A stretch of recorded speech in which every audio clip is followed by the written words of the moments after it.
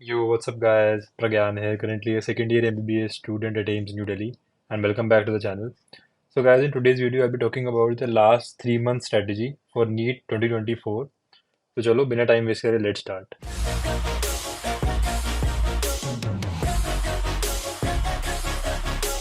तो guys at this point of time दो type के स्टूडेंट्स होंगे, एक जिनका सिलेबस कंप्लीट हो गया है एंड सेकंड जिनका सिलेबस अभी इनकम्प्लीट है। तो जिन स्टूडेंट्स का सिलेबस कंप्लीट हो गया है तो वेरी गुड, तो उनको यार अभी सिंपल है उनके लिए। They just have to do revision and give multiple mock test. So for the initial 1 month they can give alternative mock test and उसके बाद they can start giving everyday mock test. And साथ ही साथ यार they have to revise their NCERTs and short notes if they have made them multiple times. And यार जिन students का syllabus incomplete है, तुम टेंशन ना लो, उनकी बात हम इस वीडियो में करने वाले हैं। चलो अब प्लान ऑफ एक्शन की बात कर लेते हैं। तो आपको अपना पूरा ट्राई करना है कि आप अपना सिलेबस मिड मार्च से पहले पहले कंप्लीट कर लो। तो अगर आपने मेरे पहले की वीडियो देखी होगी तो उसमें मैंने बोला है कि आपको अपना सिलेबस कंप्लीट करना है जैन के एंड से पहले पहले। तो अगर आप अपना सिलेबस अब तक कंप्लीट नहीं कर पाए हो तो कोई बात नहीं, लेकिन अब आपको अपनी पूरी जी जान लगा देनी है और you have to complete your syllabus mid March से पहले पहले कैसे भी करके। तो देखो यार, सिंपल सी बात है, सिलेबस एक बार कंप्लीट करने से तुम्हें कुछ याद नहीं रहेगा, तो रिवीजन तो करना ही पड़ेगा। तो मिड मार्च टू 10th अप्रैल तुम करोगे अपनी फर्स्ट रिवीजन। उसके बाद 11th अप्रैल टू 30th अप्रैल तुम करोगे अपनी सेकंड रिवीजन। और ये जो डेट्स हैं, ये these are just approximate dates. मान लो तुम्हारा सिलेबस कंप्लीट हो गया फैब एंड में ही, तो दैट इज रियली गुड। तो तुम उस हिसाब से इस रिवीजन का जो ड्यूरेशन है उसको आगे आगे शिफ्ट कर लेना उसी हिसाब से। और चलो मान लेते हैं कि तुम्हारा जो फर्स्ट रिवीजन है वो मार्च के एंड में ही कंप्लीट हो गया, तो अप्रैल से तुम एवरी डे या फिर ऑल्टरनेट डे मॉक टेस्ट देना स्टार्ट कर सकते हो। तो अगर तुम ऑल्टरनेट डे मॉक टेस्ट दे रहे हो तो साथ ही साथ तुम रिवीजन भी करोगे, तो you can combine your second revision with giving alternate day mock test. And क्योंकि यार this goes without saying, mock test अगर तुम दे रहे हो तो उसका एनालिसिस तो करना ही करना है। That is really important. अगर तुम मॉक टेस्ट दे रहे हो और उसका एनालिसिस नहीं कर रहे तो मॉक टेस्ट देने का भी कोई फायदा नहीं है भाई, फिर तुम मॉक टेस्ट भी मत ही दो। उसके बाद फर्स्ट सेकंड और थर्ड में को तुम रोज एक एक फुल सिलेबस मॉक टेस्ट दोगे, बट फोर्थ में को that is a day before NEET, उस दिन आई वुड सजेस्ट कि तुम कोई भी मॉक टेस्ट ना दो। एंड उस दिन you will just revise your NCERT and your mistake notebook. अब मैं ऐसा क्यों बोल रहा हूँ कि फोर्थ में को तुम्हें कोई मॉक टेस्ट नहीं देना है? तो यार लेट से तुमने मॉक टेस्ट दिया और तुम्हारे बहुत कम नंबर आए या थोड़े से कम नंबर आए, तो उससे यार तुम्हारा कॉन्फिडेंस बिल्कुल शैटर हो जाएगा और तुम शायद अगले दिन नीट में भी अच्छा परफॉर्म ना कर पाओ, ये सोच के कि एक दिन पहले वाले मॉक टेस्ट में मेरे अच्छे नंबर नहीं आए। इसलिए इससे अच्छा है कि तुम मॉक टेस्ट ना दो, you just revise your NCERTs and your mistake notebook. फिर फाइनली 5th मई को you have your NEET exam. You just believe in yourself and you are going to do great. अच्छा, one more point here guys which I have told you before as well. तो जब भी आप NCERT से chapter पढ़ रहे हो पहली बार, so you will highlight the lines which you find difficult to understand या फिर remember, and not the lines which you think that are important. क्योंकि जब भी आप चैप्टर को रिवाइज करोगे you will definitely read those highlighted lines. And जैसे let's say कोई लाइन इंपॉर्टेंट है बट वो आपको आती है, तो it's definitely purposeless to revise it again. तो आप उन्हीं लाइंस को रिवाइज करोगे जो आपको याद करने में मुश्किल है या फिर समझने में मुश्किल है। तो चलो अब बात कर लेते हैं सब्जेक्ट वाइज स्ट्रेटजी की। So let's start with bio. तो यार first of all you will read the chapters that you have never read before या फिर you think that you have them weak. And this applies not only for bio, ये physics और chemistry के लिए भी apply होता है। जो चैप्टर्स आपके वीक हैं या फिर आपने कभी नहीं पढ़ा, आप डेफिनेटली उनको पहले कंप्लीट करोगे। You will have to read only bio NCERT, और कुछ पढ़ने की जरूरत नहीं है। You can watch one shot lecture अगर आप उस चैप्टर को पहली बार पढ़ रहे हो, and you can watch this for understanding, या फिर you can also refer to your class notes if you have made them for just the understanding of the chapter. Finally तो आपको एनसीईआरटी ही रिवाइज करनी है और बार बार पढ़नी है। Then you can do your question practice from your coaching material, and definitely PYQs तो करने ही करने हैं for at least the past 10 years। तो guys, ये PYQ सॉल्व करने के आपके पास मेनली दो तरीके हैं। पहला कि आप एक पर्टिकुलर चैप्टर के PYQs अपनी कोचिंग पैकेज से कर लो। सेकंड है कि आप एक पर्टिकुलर ईयर का क्वेश्चन पेपर उठा लो और उसको स्टार्ट से एंड तक सॉल्व करो। But a better method would be कि आप अपनी एनसीईआरटी पढ़ने के साथ साथ ही PYQs भी सॉल्व करते रहो उसी चैप्टर के। And the exact same feature I found in the Mimoneet app. तो गाइस, मीमोनीट का ये जो PYQ मार्क्ड एनसीईआरटी वाला फीचर है, तो इसमें जब आप एनसीईआरटी पढ़ रहे होगे तो जिन लाइन से पीवाईक्यूज फ्रेम हो चुके हैं वो लाइंस ऑलरेडी हाईलाइटेड रहेंगी, और जब आप उस लाइन पे क्लिक करोगे तो उस लाइन से जितने भी पीवाईक्यूज बने हैं वो आपके सामने आ जाएंगे और आप उनको वहीं की वहीं अटेम्प्ट कर पाओगे। And you know what guys, इस फीचर से आप अपना बहुत टाइम सेव कर पाओगे, क्योंकि पहले आप ऐसे करते होगे कि आप पीवाईक्यू सॉल्व करते होगे फिर आप अपने एनसीईआरटी रेफर करते होगे उसी क्वेश्चन के लिए। बट इस फीचर में आपके लिए वो लाइंस ऑलरेडी हाईलाइट कर दी एनसीईआरटी की जिनसे पीवाईक्यूज बने हैं, और आप उन पीवाईक्यूज को वहीं की वहीं सॉल्व कर पाओगे एनसीईआरटी पढ़ते पढ़ते। ऑल्सो गाइज, आपको पता ही होगा कि शॉर्ट नोट्स कितने इंपॉर्टेंट है फॉर क्विक रिवीजन। तो अगर आपने अपने खुद के शॉर्ट नोट्स नहीं बनाए तो you can check out the Mimoneet short notes. ये जो शॉर्ट नोट्स हैं they are really colourful and eye catching. तो आपको पढ़ते पढ़ते बोर भी नहीं होगा बिल्कुल, and you can quickly revise your syllabus as well. तो गाइस काफी कूल फीचर्स हैं in the Mimoni tab, you should definitely check them out. I'll put all the links in the description and you can use my code that is Pragyan300 for extra discount. अब बात करते हैं chemistry की। तो chemistry में you have to watch one shot lectures अगर आपने class notes नहीं बनाया है, नहीं तो you can refer to your class notes for conceptual clarity, या फिर you can watch the one shot lectures.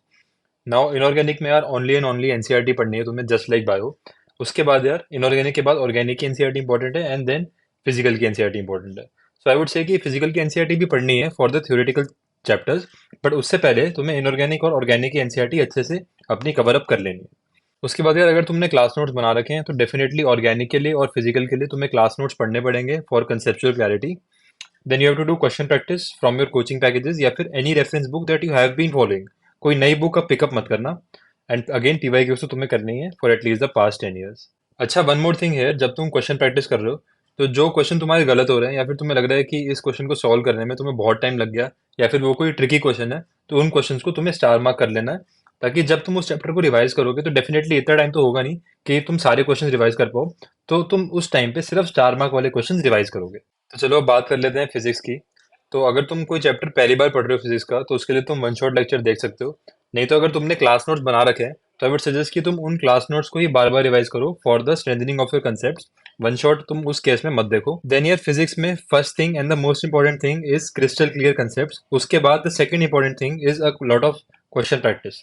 तो ये क्वेश्चन प्रैक्टिस तुम कर सकते हो फ्रॉम योर कोचिंग पैकेजेस या फिर जो रेफरेंस बुक तुम फॉलो करते हुए आए हो। Then formula sheet you can use for revising the formulas just before the exam. अगर तुमने नहीं बनाई है तो you can also refer to the formula sheet जो तुम्हारी कोचिंग देती है, उसको तुम देख सकते हो। या फिर गूगल पे यार मिल जाती है आराम से फार्मूला शीट्स, तो उसको तुम देख के रिवाइज कर सकते हो। एंड अगेन पीवाई के तो तुम्हें करने ही करने हैं। तो चलो अब बात कर लेते हैं तुम्हारे क्लास 12 सीबीएसई बोर्ड्स की। तो यार क्योंकि यार सिलेबस सेम ही है for physics chemistry and bio, तो तुम्हें इन तीन सब्जेक्ट के लिए अलग से ज़्यादा कुछ नहीं पढ़ना है। हाँ, बस इतनी प्रैक्टिस कर लेना है कि तुम सब्जेक्टिव आंसर्स लिख पाओ, लंबे लंबे आंसर। तो उसके लिए यार तुम एक बार पीवाईक्यूज देख लेना बोर्ड्स के, और उसके आंसर लिख के प्रैक्टिस कर लेना, बस इतना कर लेना। बाकी सिलेबस तो सेम ही है और एनसीईआरटी ही पढ़नी है तुम्हें। एंड अगर तुम एनसीईआरटी रिवाइज करोगे बोर्ड्स के लिए तो तुम्हें नीट में भी हेल्प करने वाला है। अच्छा, अब बात कर लेते हैं इंग्लिश और फिजिकल एजुकेशन की। तो इंग्लिश का तुम्हारा एग्जाम 22 फेब को है और फिजिकल एजुकेशन का एग्जाम है March 12 को। तो यार इनके लिए आई वुड सजेस्ट कि रोज एक एक चैप्टर पढ़ लो ताकि एंड में ज्यादा बर्डन ना पड़े। फिर लेट से तुम्हारा इंग्लिश का एग्जाम है तो उससे 2-3 दिन पहले एक बार उन चैप्टर्स को वापस देख लो, रिवाइज कर लो, और पीवाईक्यूज देख लो और उनके आंसर लिखने की प्रैक्टिस कर लो। Similarly for physical education as well. तो यार तुम्हें बोर्ड्स पे ज्यादा टाइम नहीं देना है, तुम्हें बस एग्जाम से 2-3 दिन पहले पीवाईक्यूज देख लेने हैं और एक बार चैप्टर अच्छे से रिवाइज कर लेना है, क्योंकि यार तुम्हारा मेन टारगेट नीट है और बोर्ड्स में यार नंबर आ जाते हैं आराम से अगर तुमने अच्छे से पीवाईक्यूज देखे हैं और लिखने की प्रैक्टिस करी है तो चलो अब बात कर लेते हैं कुछ इंपॉर्टेंट पॉइंट्स की। तो यार लास्ट के 3 महीने बचे हैं, these 3 months can make you और ब्रेक यू। तो यार अगर तुम अभी भी 12 से 14 घंटा नहीं पढ़ोगे पर डे, तो यार फिर तो तुम भूल जाओ यार, तुम्हारा सिलेक्शन नहीं हो पाएगा। ये लास्ट के 3 महीने बचे हैं, अपनी पूरी जी जान लगा दो। एटलीस्ट 12-14 घंटे पढ़ो per day and you will definitely see the results. फिर नेक्स्ट पॉइंट है, you should study in 3.5 hour के स्लॉट्स। ऐसा इसलिए क्योंकि तुम्हारा जो मेन नीट एग्जाम है वो भी 3 या 20 मिनट का है, तो थोड़ा सा उसको एक्सटेंड करके you should study in 3.5 hour के स्लॉट, ताकि you are habituated to sitting at a particular place on a table and chair for 3.5 hours at a stretch.